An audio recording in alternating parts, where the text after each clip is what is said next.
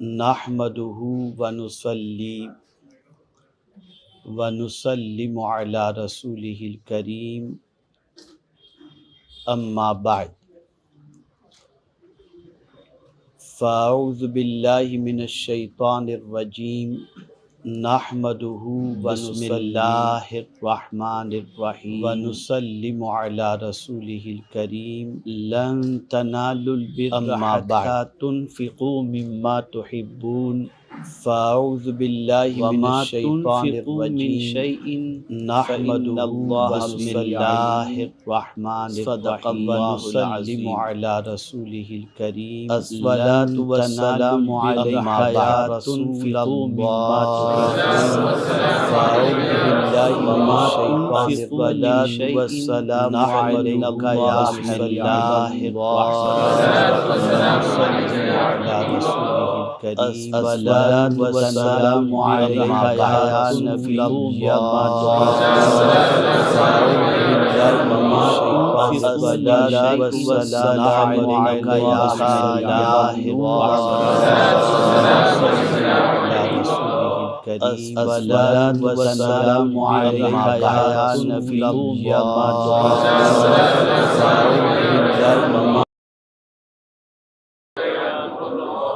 وعلی آلک واصحابک یا حبیب اللہ، صلی اللہ تعالی علیہ وسلم۔ میرے پیارے آقا صلی اللہ تعالی علیہ وسلم کے پیارے دیوانوں،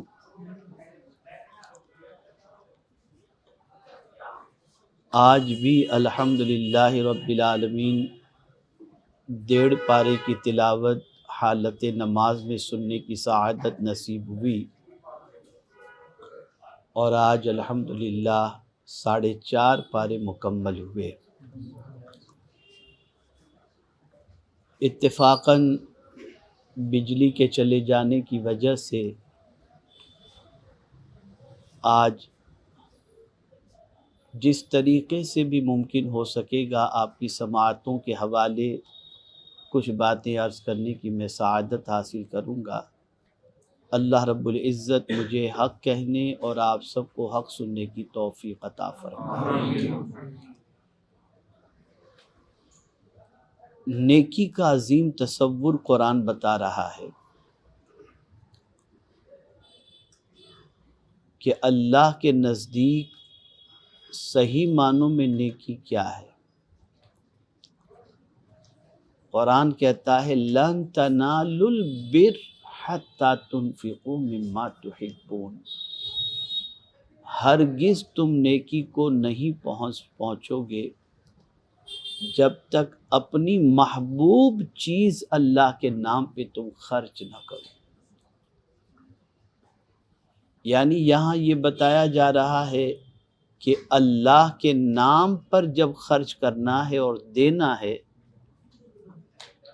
تو سڑی ہوئی چیز، ردی چیز اگر یہ دے کر تم تصور کرتے ہو کہ تم نیکی کو پہنچ جاؤ گے تو قرآن کہتا ہے نہیں،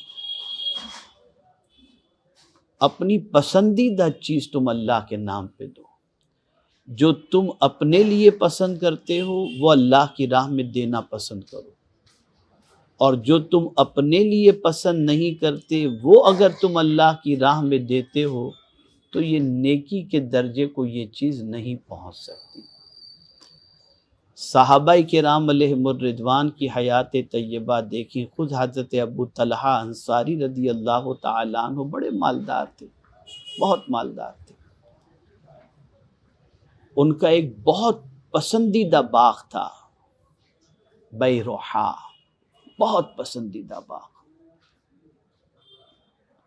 بعض لوگ یہ کہتے ہیں واللہ تعالی عالم کہ اس وقت جو مسجد نبوی شریف ہے اس مسجد نبوی شریف کے اندر وہ باغ آ چکا ہے، واللہ تعالی عالم۔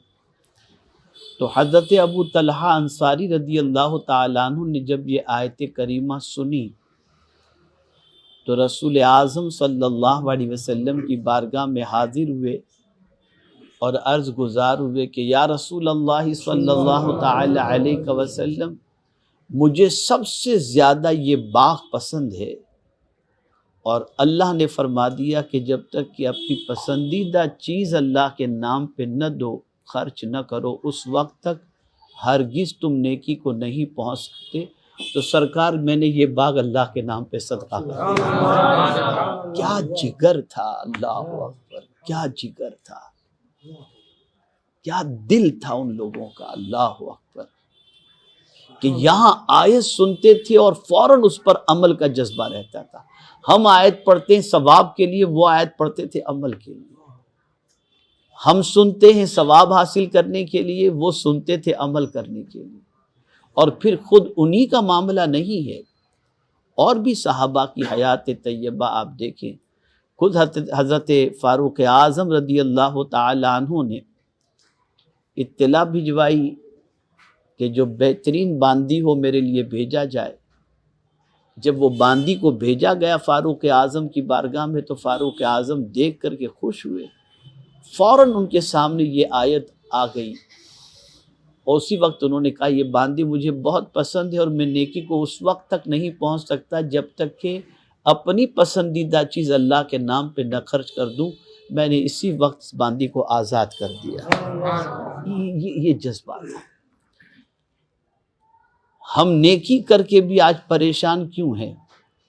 اس لیے کہ ہم نیکی کے اس درجے کو پہنچ ہی نہیں پاتے۔ اور ہمیں تو تجربہ ہے، جو خود نہیں کھاتے چاول وہ مدرسے میں بھجواتے ہیں،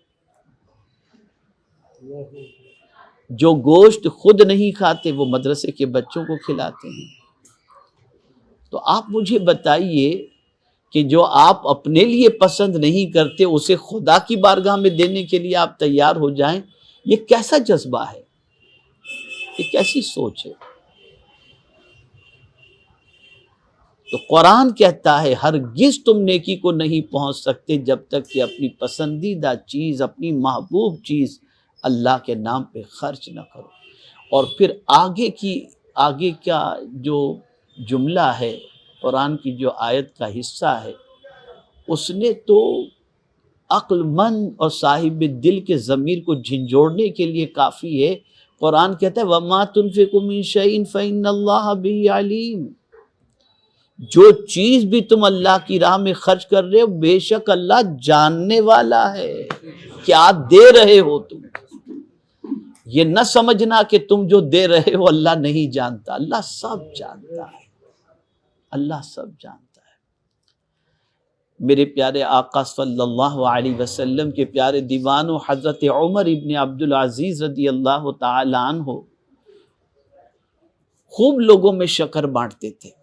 کسی نے کہا اس کی قیمت لوگوں کو دے دیجئے، تو فرماتے مجھے شکر بہت پسند ہے، اس لیے قرآن کی اس آیت پر عمل کرتا ہوں کہ اپنی محبوب چیز اللہ کے نام پہ خرچ کروں۔ یہ سوچ تھی۔ میرے پیارے آقا صلی اللہ تعالی علیہ وسلم کے پیارے دیوانوں، تو یہ سوچ اپنی بنائیں جو پسند ہے۔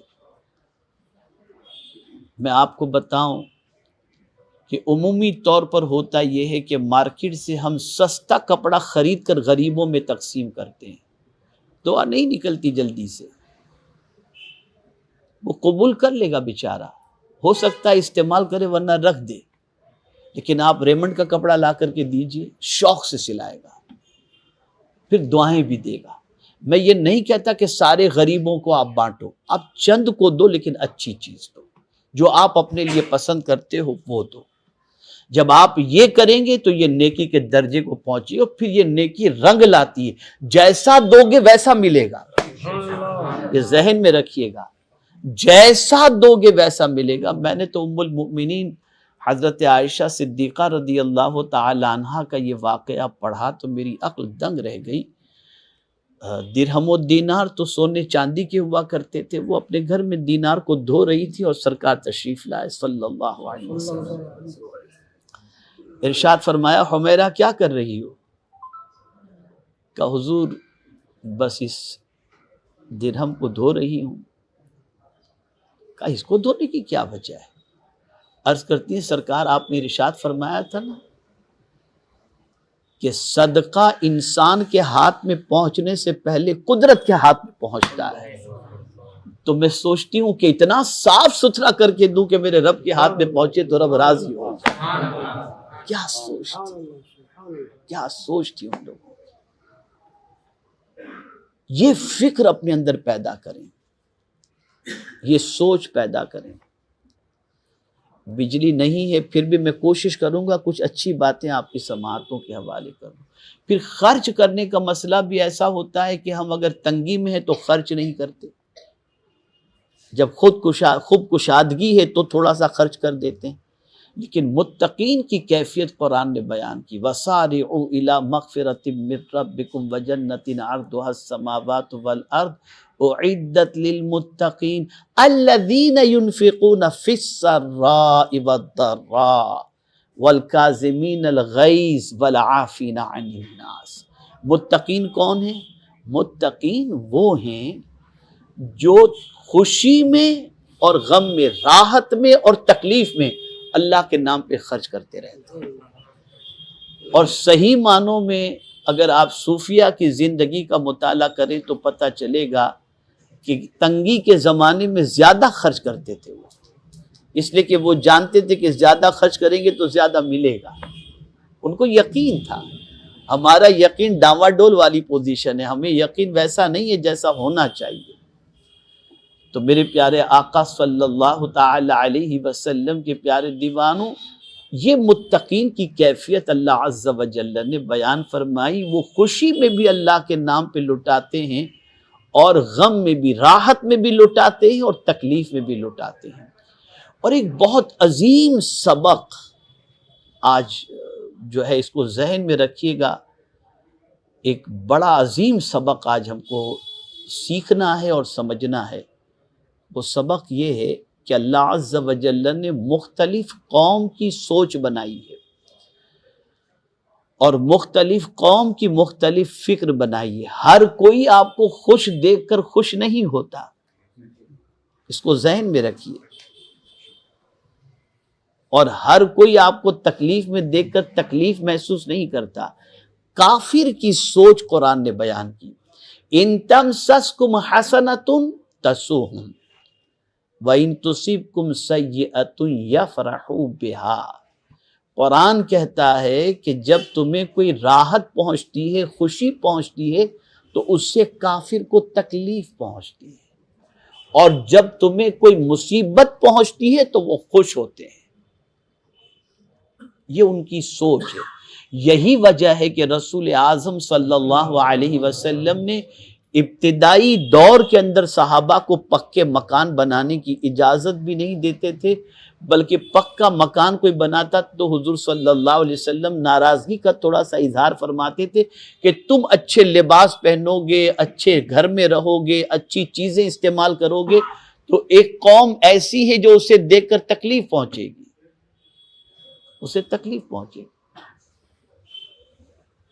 اب ظاہر سی بات ہے، جس کسی کو تکلیف پہنچے گی، وہ جملہ ذہن میں رکھیے گا، جس کسی کو تکلیف پہنچے گی وہ تکلیف پہنچانے کی کوشش کرے گا، وہ منصوبہ بندی کرے گا، وہ پلاننگ کرے گا کہ اس کو میں کیسے تکلیف پہنچاؤں۔ تو اب ظاہر سی بات ہے کہ ہر کوئی تکلیف پہنچانے والا تکلیف پہنچانے کی کوشش کرے تو قدرت بھی تو کوئی نسخہ عطا فرمائے گا نا کہ بھئی تمہیں تکلیف نہ پہنچے، تم تکلیف سے بچ جاؤ۔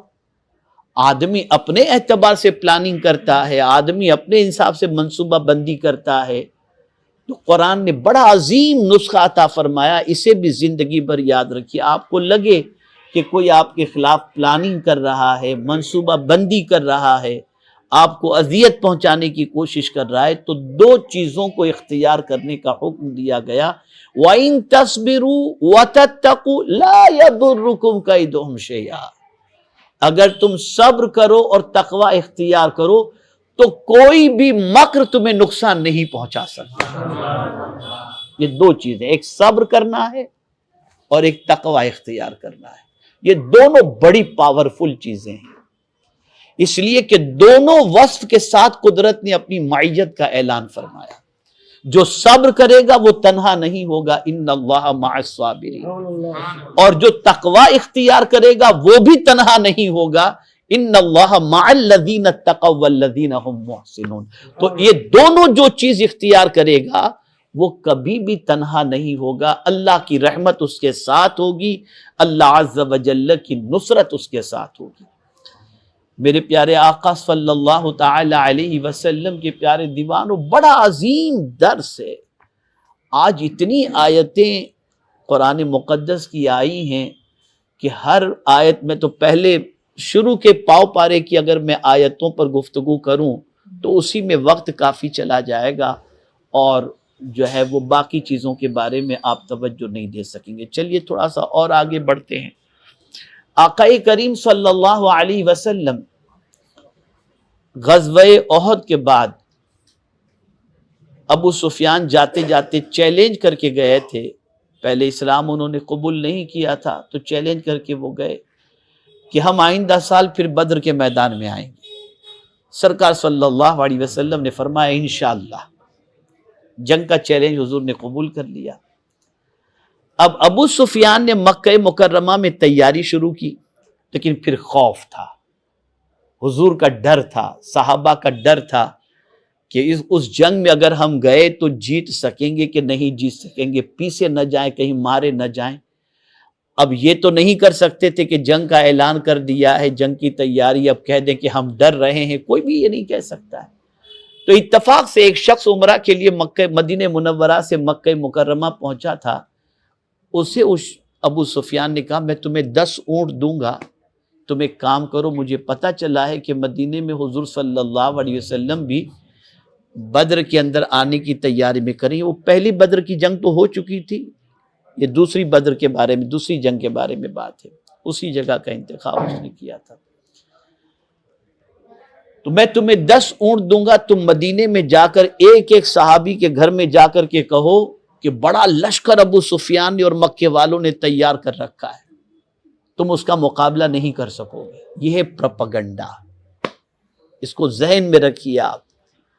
باطل ہمیشہ پروپیگنڈے کا استعمال کرتا ہے، باطل ہمیشہ پروپیگنڈا کیا گیا۔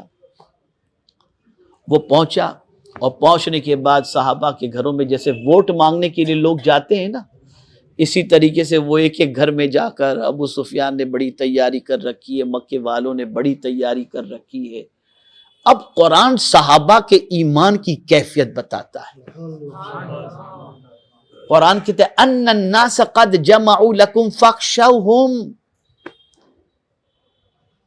بہت بڑا لشکر جمع کر کے رکھا ہے، ان سے ڈرو، یعنی جنگ کا ارادہ چھوڑ دو۔ تو قرآن کہتا ہے صحابہ نے جب یہ سنا تو کیا کہا معلوم ہے؟ فزادتہم ایمانا، ان کا ایمان اور بڑھ گیا، ان کا ایمان اور بڑھ گیا، اور کیا کہا انہوں نے؟ وقالوا حسبنا اللہ ونعم الوکیل، اللہ ہمارے لیے کافی ہے اور وہ بہترین کارساز ہے۔ حضور صلی اللہ علیہ وسلم کو پورا یقین تھا کہ انشاءاللہ وہاں جائیں گے وہ نہیں آئیں گے، اور آئیں گے تو وہ لوگ مارے جائیں گے۔ تو سرکار صلی اللہ علیہ وسلم نے صحابہ سے فرمایا، یہ جب اعلان ہوا تو ظاہر سی بات ہے کچھ اثر لوگ قبول کرتے ہیں، تو کسی کے دل میں ڈر شاید پیدا ہوا ہو یا نہ ہوا ہو۔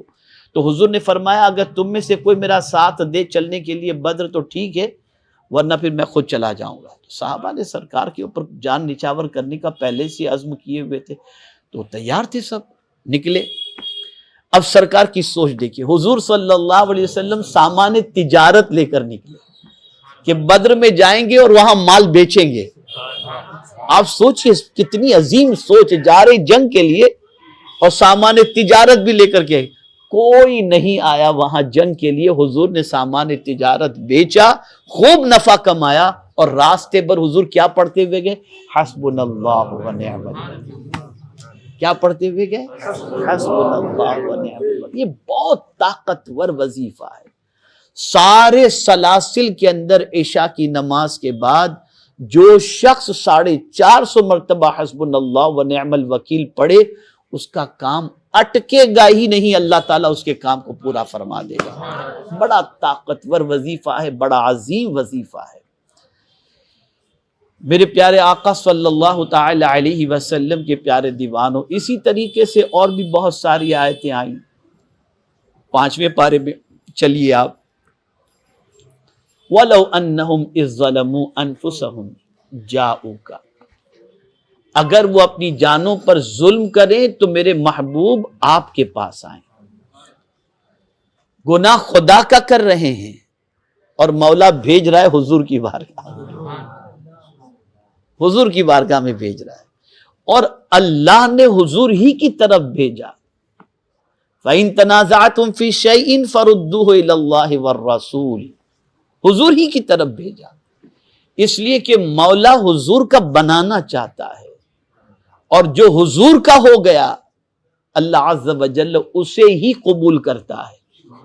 آپ دیکھیے کل کی تلاوت کے اندر یہ آیت کریمہ آئی تھی، قُلْ إِن كُنتُمْ تُحِبُّونَ اللَّهَ فَاتَّبِعُونِي يُحْبِبْكُمُ اللَّهُ، تم کہہ دو اگر اللہ سے محبت کرتے ہو تو میرے محبوب تم کہہ دو فَاتَّبِعُونِی، میرے پیچھے پیچھے چلو۔ دعویٰ خدا کی محبت کا، دلیل حضور کے پیچھے چلنی، جو حضور کے پیچھے چلا اللہ اسے بھی اپنا محبوب بنا لیتا۔ اور اگر کوئی اللہ کی محبت کا دعویٰ کر کے حضور کے پیچھے نہ چلے تو اس کا چلنا بھی اور دعویٰ کرنا بھی کسی اعتبار سے معتبر نہیں ہوتا۔ تو فرمایا اگر اپنی جانوں پر انہوں نے ظلم کیا تو میرے محبوب تمہارے پاس آئیں۔ اسی لیے اعلیٰ حضرت کہتے ہیں مجرم بلائے آئے ہیں جاؤ کا ہے گواہ، پھر رد ہو کب یہ شان کریموں کے در کی ہے۔ یعنی کوئی خود سے نہیں پہنچا حضور کی بارگاہ میں، جاؤ کا بتا رہا ہے کہ بلانے پر حاضر ہوئے ہیں، اور وہاں جا کر کیا کرو، فاستغفر اللہ، اللہ سے مغفرت مانگو، اللہ سے بخشش کی بھیک مانگو، واستغفر لہم الرسول، اور ان کے لیے رسول بھی مغفرت کی دعا کریں۔ تو ہوگا کیا؟ ہوگا کیا؟ اتنا بڑا نتیجہ قرآن نے پیش کیا ہے کہ پورا قرآن اٹھا کر کے دیکھ لیجئے، یہ نتیجہ اور یہ بات قرآن میں شاید ہی کہیں موجود ہو۔ اللہ فرماتا ہے اگر ان کی بارگاہ میں پہنچے، اللہ سے تم نے معافی مانگی اور حضور نے بھی تمہاری مغفرت کی دعا کی، تو پہلی چیز نتیجے میں یار لوجد اللہ، اللہ کو تم پالو گے۔ اب کس حال میں اللہ کو تم پاؤ گے؟ تواب الرحیم، بہت توبہ قبول کرنے والا اور مہربان پالو گے۔ پتا چلا خدا کو پانا ہے تو در مصطفیٰ پہ پہنچو، وہاں خدا ملے گا تو غضبناک نہیں ملے گا، رحیم ملے گا۔ کہیں اور ہو سکتا ہے ہمارے گناہوں کی وجہ سے اللہ کی قہاریت اور اللہ عز و جل کی جباریت کے جلوے ہوں، لیکن اگر حضور کی بارگاہ میں پہنچ کر ہم نے استغفار کیا تو وہاں ہم اللہ کو پائیں گے اس حال میں کہ اللہ ہمارے اوپر رحم کی نظر بھی فرمائے گا اور ہماری توبہ کو قبول بھی فرمائے گا۔ میرے پیارے آقا صلی اللہ تعالی علیہ وسلم کے پیارے دیوانوں، بہت عظیم دروس ہیں قرآن مقدس کے اندر۔ قرآن مقدس کی آیتوں کو سمجھنے کی کوشش کرو، پڑھنے کی کوشش کرو۔ اسی لیے میں نے اس مرتبہ بہت زور دیا ہے لوگوں پر کہ آپ 10-12 ختم کرنے کے چکر میں نہ پڑھیں، کم از کم آپ ایک قرآن ختم کر سکتے ہیں وہ ٹھیک ہے، ورنہ کوشش کریں کہ روزانہ ایک رکوع ترجمے کے ساتھ آپ پڑھیں، آپ کو پتہ تو چلے کہ آپ کے رب کی کتاب کے اندر کیا کیا آپ کے لیے نصیحتیں موجود ہیں۔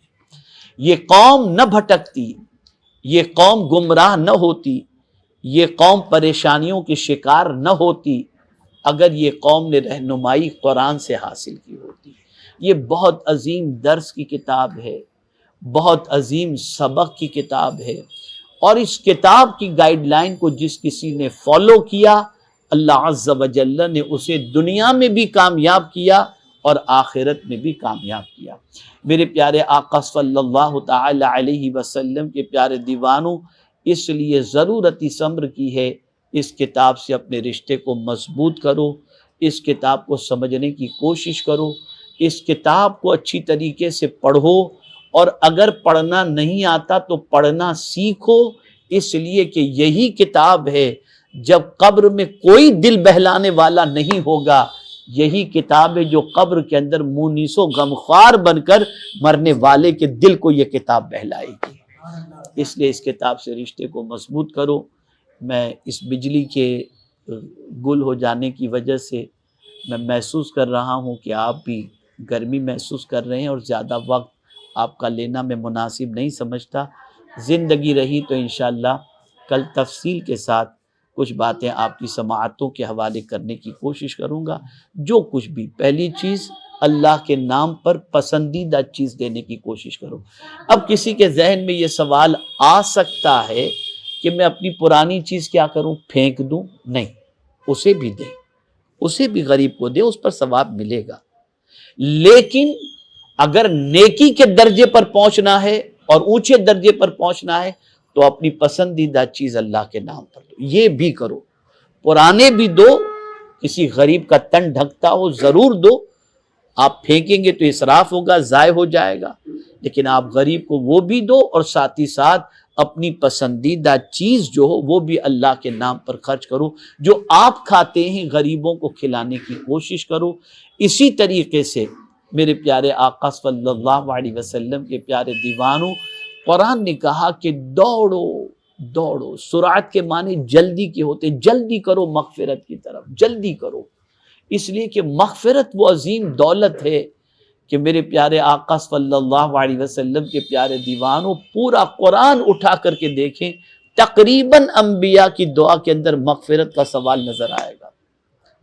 خود حضرت ابراہیم علیہ السلام نے بھی دعا کی، ربنا اغفر لی ولوالدی وللمؤمنین یوم یقوم الحساب۔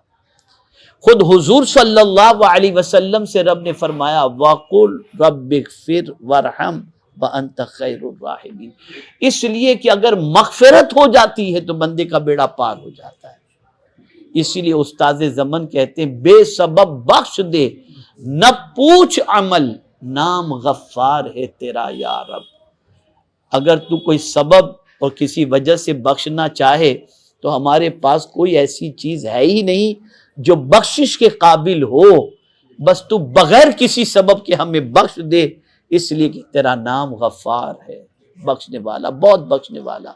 اور بھی فرمایا وَهُوَ الْغَفُورُ الْوَدُودُ، آپ ذرا سوچو، بہت پیار کرنے والا اور بہت جو ہے معاف کرنے والا ہے۔ اور خود اللہ عز و جل نے حضور صلی اللہ علیہ وسلم سے فرمایا نبئ عبادی انی انا الغفور الرحیم، میرے محبوب میرے بندوں کو یہ خوشخبری سنا دو کہ میں بہت معاف کرنے والا ہوں۔ شرط یہ ہے کہ کوئی معافی مانگے۔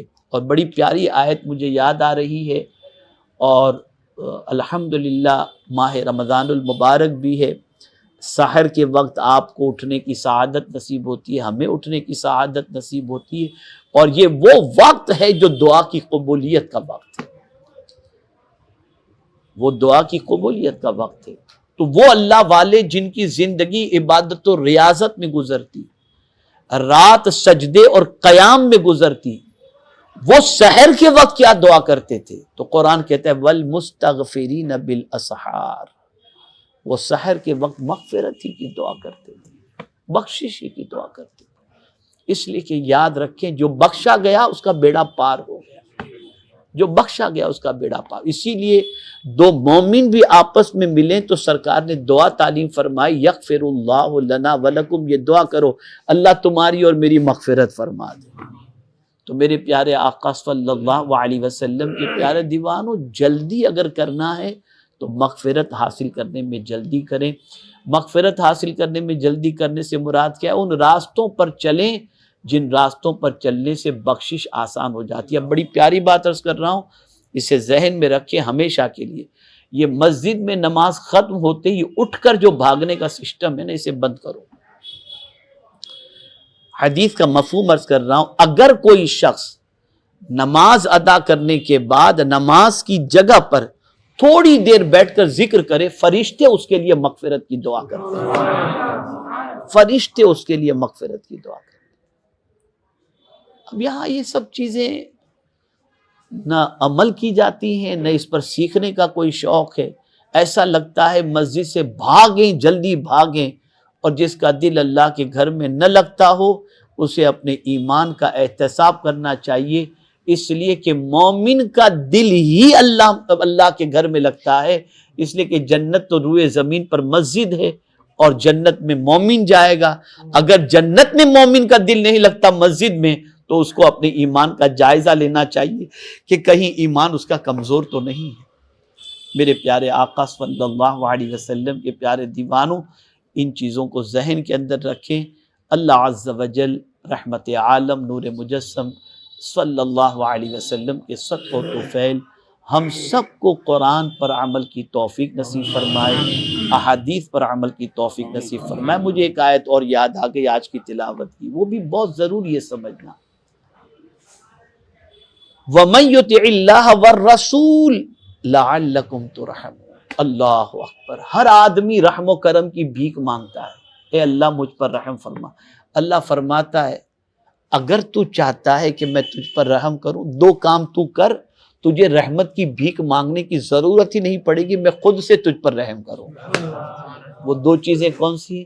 اللہ کی اطاعت کرو اور اس کے رسول کی اطاعت کرو، اس امید پر کہ رحم کیے جاؤ، تم پر رحم و کرم کی بارشیں ہوں۔ اس لیے اچھا رحمت کسے کہتے ہیں؟ رحمت ایک چیز یہ بھی آپ سمجھ لیجئے، آدمی جو ہے نا بہت مال و زر مل جائے تو سمجھتا ہے مجھ پر اللہ کی رحمت ہے۔ سب سے عظیم چیز یہ ہے کہ اگر آپ کے دل کو سکون ملے نا تو یہ بہت بڑی رحمت آپ کو نصیب ہو، یہ اللہ کی بہت بڑی رحمت نصیب ہے۔ اور الحمدللہ ہم رحمت والے عشرے کے اندر ہیں، عزم کریں کہ ہم اللہ کی بات پر عمل کریں گے، اللہ کے فرمان پر عمل کریں گے، اللہ کے رسول صلی اللہ علیہ وسلم کے فرمان پر عمل کریں گے۔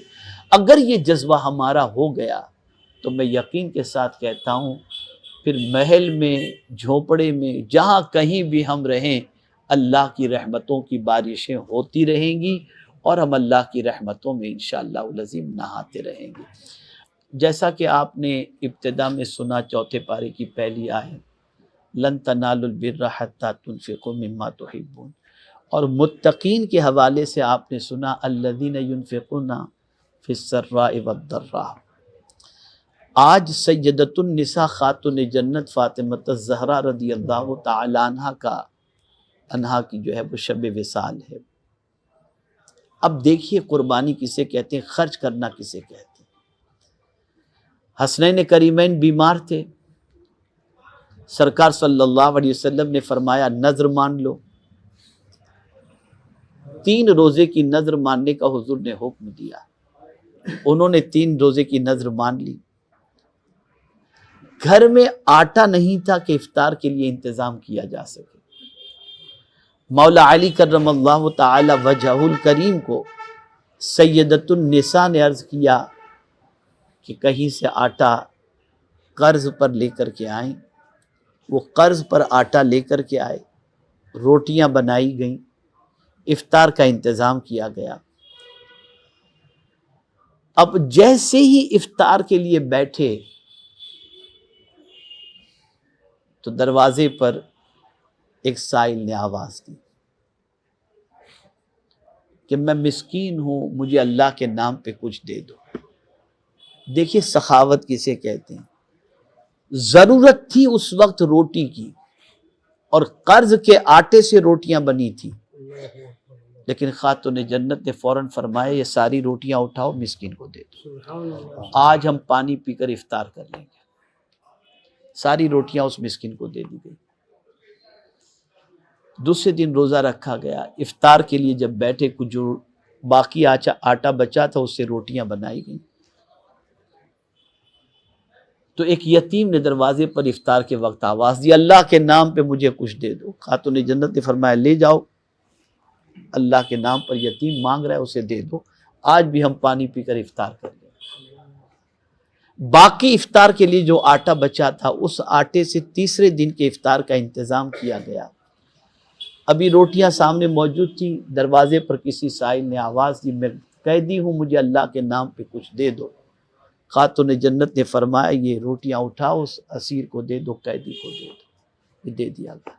میرے کریم کو یہ ادا اتنی پسند آئی، اللہ اکبر، کہ ان تینوں نے سیدۃ النساء کا شکریہ ادا کیا اور جزائے خیر کی انہوں نے دعا دی۔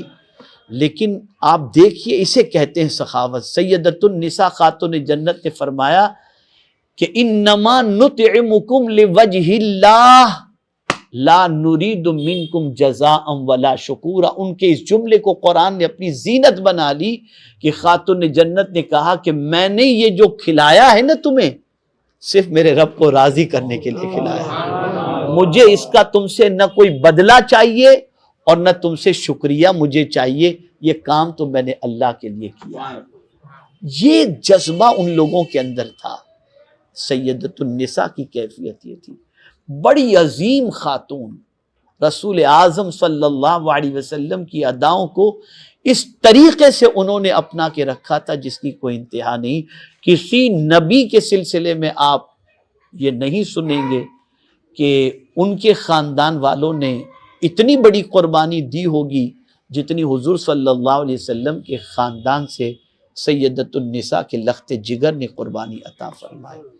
اور بچپن سے امام حسین رضی اللہ تعالیٰ عنہ نے اپنی ماں کو سخاوت کرتے دیکھا، قربانی کرتے دیکھا۔ یہ جو آیت کریمہ ہے نا، الذین ینفقون اموالہم باللیل والنہار، اس میں یہ بھی ہے کہ یہ آیت کریمہ کے شان نزول میں شاید یہ بتایا گیا ہے، میرے ذہن میں پرفیکٹ نہیں ہے، لیکن میں جب سوچ رہا ہوں تھوڑا سا تو اس کے اعتبار سے کہ مولا علی نماز میں تھے اور کسی سائل نے آواز دیا کہ اللہ کے نام پہ دو، تو ان کے ہاتھ میں انگوٹھی تھی، حالت نماز بھی وہ انگوٹھی دے دی اس کو۔